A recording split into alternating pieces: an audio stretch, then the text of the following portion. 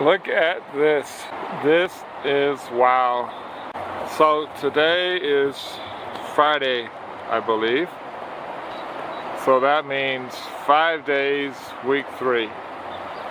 5 and 14, 19 days out. Oh, a couple more days and it will be what they call a normal thing. Something like that. You just kind of do these normally. Hopefully that's what we're looking at. 19 days from now on. This is awesome.